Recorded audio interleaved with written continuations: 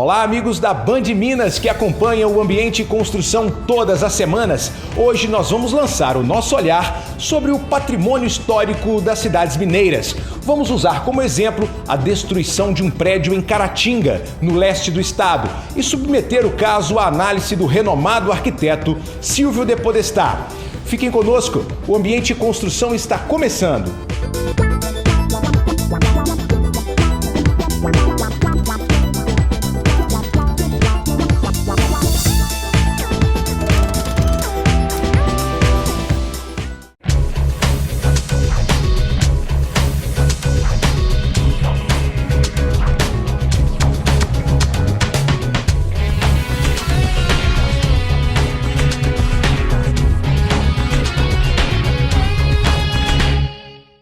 Estivemos em Belo Horizonte, no escritório de um dos mais renomados arquitetos mineiros, referência também na literatura. Ele possui uma editora especializada em publicações na área. Está preparando mais um livro dedicado à preservação do patrimônio. Em meio a projetos, mesas de desenho e muitos livros, nós passamos a tarde explorando o conhecimento deste mestre, não só da arquitetura, mas também do comportamento de uma sociedade. Em outra oportunidade, nós vamos mostrar mais a fundo o trabalho deste brilhante profissional. Hoje, nós vamos atentar ao seu conhecimento em uma área específica. Vamos entender como é tratado o patrimônio histórico em nosso estado. Profundo conhecedor do assunto, nosso entrevistado de hoje, além dos importantes trabalhos que compõem o velho e o novo, tem sua marca do pós-modernista nas linhas, nos materiais e colagens que resultaram no prédio Rainha da Sucata, em Belo Horizonte. Bom, sem mais delongas, vamos saber como tem início a organização do patrimônio histórico brasileiro. Começa com Rodrigo Melo Franco, criando o Patrimônio Histórico e Artístico Nacional, né? Com essa criação, era tanta coisa para ser vista nesse país todo. A primeira abordagem foi do patrimônio colonial, quer dizer, o primeiro, né? Aquela transferência de toda uma história portuguesa para cá, como que isso foi absorvido. Então, preservar isso acabou criando uma espécie de mentalidade de que o que se preserva é o colonial. Sendo que, nesse período de preservação, a gente estava em plena efervescência moderna. E a efervescência moderna, ela vem antes. Isso tudo é chamado de Art Deco, né, que é um estilo já moderno, mas que ainda tem muitos arabescos externos, que para se confrontar com uma espécie de limpeza geral de detalhes do modernismo, ele ainda acrescentava em ambientes modernos esses arabescos externos para diminuir aquele impacto de formas de espaço, para que o modernismo fosse não tão impactante. Uma sociedade, por exemplo, igual a mineira, que sempre foi muito careta. Como eu já havia dito, o arquiteto, que diz não ter vocação para lecionar, se mostrou um professor nato. Explicou aí, em poucas palavras, a evolução da arquitetura e a sua forma de se comunicar com o mundo. Pergunto a ele como o patrimônio histórico deve ser incorporado pelo profissional de arquitetura. Eu não posso, como arquiteto, simplesmente fazer o que alguns ainda acham que deve fazer, que a gente chama de arquitetura de terra devassada. Primeiro você passa a régua, esquece o terreno, planifica e mete ali o seu objeto pessoal. Não existe nenhuma inserção urbana hoje que não deva considerar o patrimônio, que não é só o patrimônio construído. O patrimônio diz respeito à escala, ele diz respeito à paisagem. Se eu construo alguma coisa que interrompe a minha visão do Monte Fuji ou lá do monte lá de Caratinga, eu estou interferindo no patrimônio paisagístico. Quer dizer, a paisagem também é parte do nosso patrimônio. Se eu faço um pão de queijo sem um cheiro de pão de queijo, acabou o patrimônio pão de queijo. Silvio de Podestá cita a cidade de Caratinga, no leste mineiro, onde acontece uma disputa judicial pela preservação de um prédio da década de 40. Em 2012, a população foi às ruas, impedindo a destruição do antigo cinema. Este ano, mostramos aqui no programa que o caso aguardava uma decisão judicial, que veio meses depois, em primeira instância, e mais uma vez, durante a madrugada, sem tempo para recurso, o prédio voltou a ser demolido. O Ministério Público interviu, através de uma liminar de segunda instância, interrompeu mais uma vez a demolição. Se você faz isso de noite, está clarificado que é criminoso. Literalmente clarificado que é criminoso.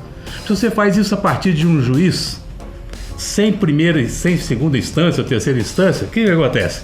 Porque eles literalmente desinformados, como toda parte de uma sociedade desinformada.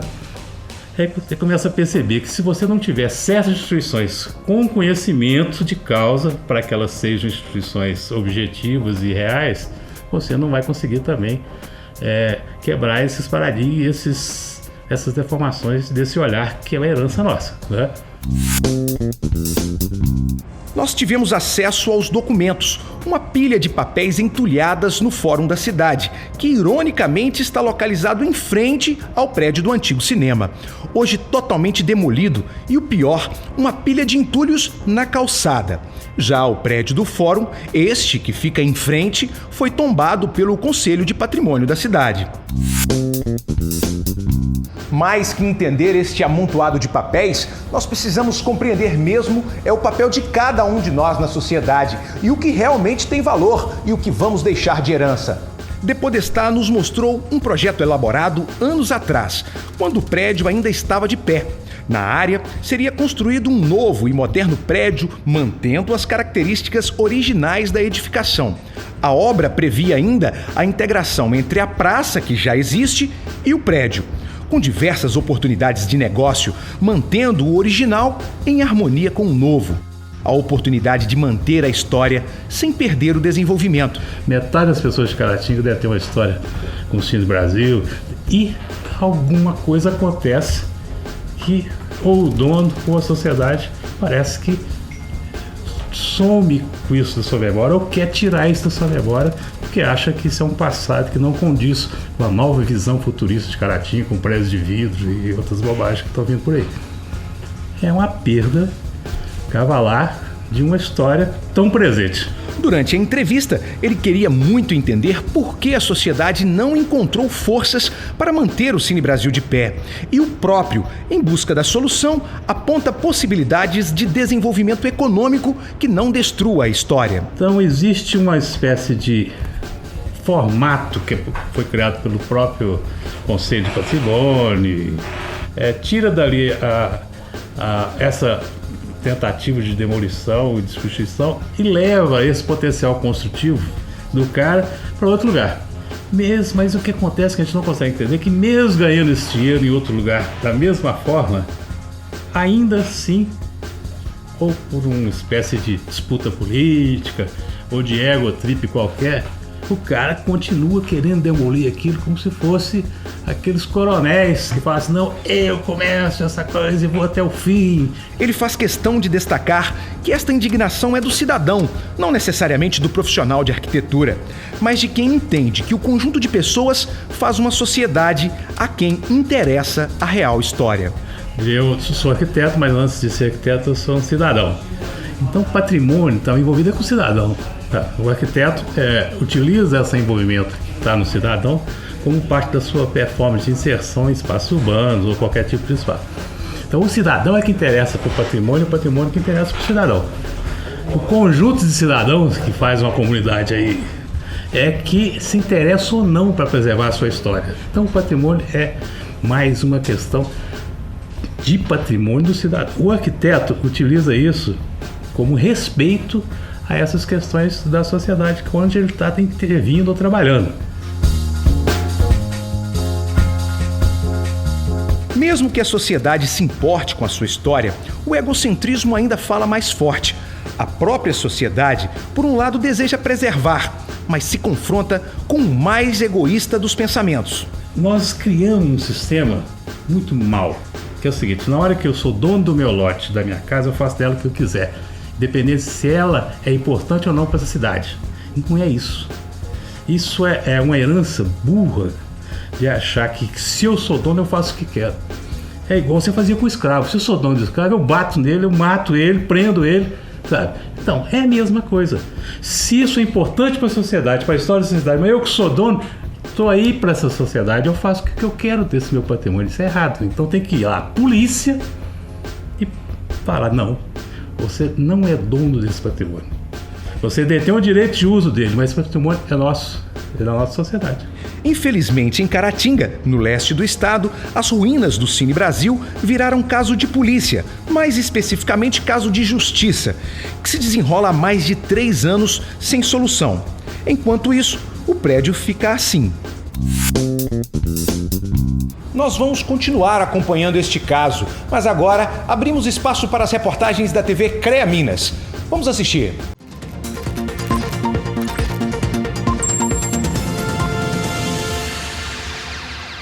Olá, veja o que a gente preparou para você no programa da TV CREA Minas.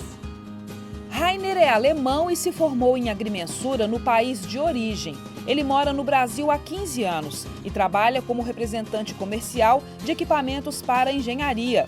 Agora preparou a documentação e veio à sede do CREA Minas requerer o registro profissional. Uma pessoa a mais, a vida hoje é dinâmica, nunca se sabe, sempre é bom ter um plano B. Acho que a CREA, o registro na CREA é mais importante para mim se eu tivesse a ideia de abrir uma empresa própria ou para trabalhar para uma empresa que presta serviço, aí sendo responsável para projetos na minha área. Este é o procedimento que deve ser adotado por todo profissional estrangeiro ou brasileiro formado no exterior. O registro no CREA Minas é obrigatório, tanto para quem vai atuar permanentemente no país, como para quem vem fazer um trabalho temporário. Neste último caso, o registro tem o mesmo tempo de validade do visto de permanência do estrangeiro e é concedido mais rapidamente. Estas e outras informações sobre o assunto estão no site do CREA Minas. Basta clicar em Serviços, depois Carta de Serviços e no item 6.4, Registro de Profissional Diplomado no Exterior. Aí está a lista de documentos necessários, entre eles a revalidação do diploma numa universidade brasileira. O gerente de atendimento do Conselho alerta para a necessidade de o interessado se planejar com antecedência, já que o pedido de registro permanente pode demorar alguns meses para ser concedido. Em função, às vezes, de um prazo mais longo para obtenção do registro, a gente aconselha que o profissional faça esse planejamento, porque ele tem que passar pela etapa de revalidação do diploma. Esse diploma e a documentação para revalidação ele tem que ser traduzido para o tradutor público juramentado. Passando pelo crivo da escola que vai fazer a revalidação, ele vem para o conselho e também vai passar por alguns crivos no tocante à análise de documento, análise dessa grade curricular, tanto pela Câmara Especializada quanto plenário aqui do Conselho. E, posteriormente, pelo Conselho Federal, no plenário do Conselho Federal. Então, isso leva um tempo em se tratando de registro de definitivo e permanência definitiva desse profissional. Por isso, a gente sugere que ele planeje isso para que a atividade dele profissional aqui no país não fique prejudicada. Residente no Brasil há 41 anos, este professor de engenharia da UFMG tem o registro do CREA Minas desde 1985. Isso é muito importante, principalmente quem vai trabalhar com consultorias, né, ou com obras que levam risco à população e esse tipo de coisa, né? Formado em El Salvador, ele conta que o documento trouxe novas oportunidades de trabalho no Brasil. Porque aí já eu tinha uma carteira que me dava o título de engenheiro químico, não é? E eu já tinha minha carteira de trabalho, onde eu poderia já talvez procurar emprego em empresas e tudo. Então isso mudou totalmente, né? Mas eu continuei como professor, certo? Porque a minha intenção depois que eu iniciei, né, a minha vida de professor, era então fazer um mestrado e ser professor da universidade. A edição completa você encontra no site tvcreaminas.com.br. A gente se vê, até lá.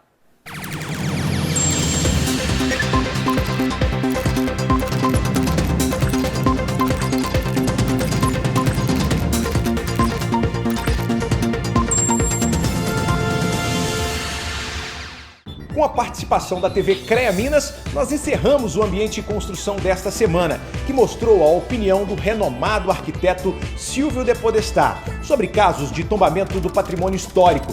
Por hoje é só. Na semana que vem tem mais aqui na Band Minas e também em nosso site. Eu aguardo por você.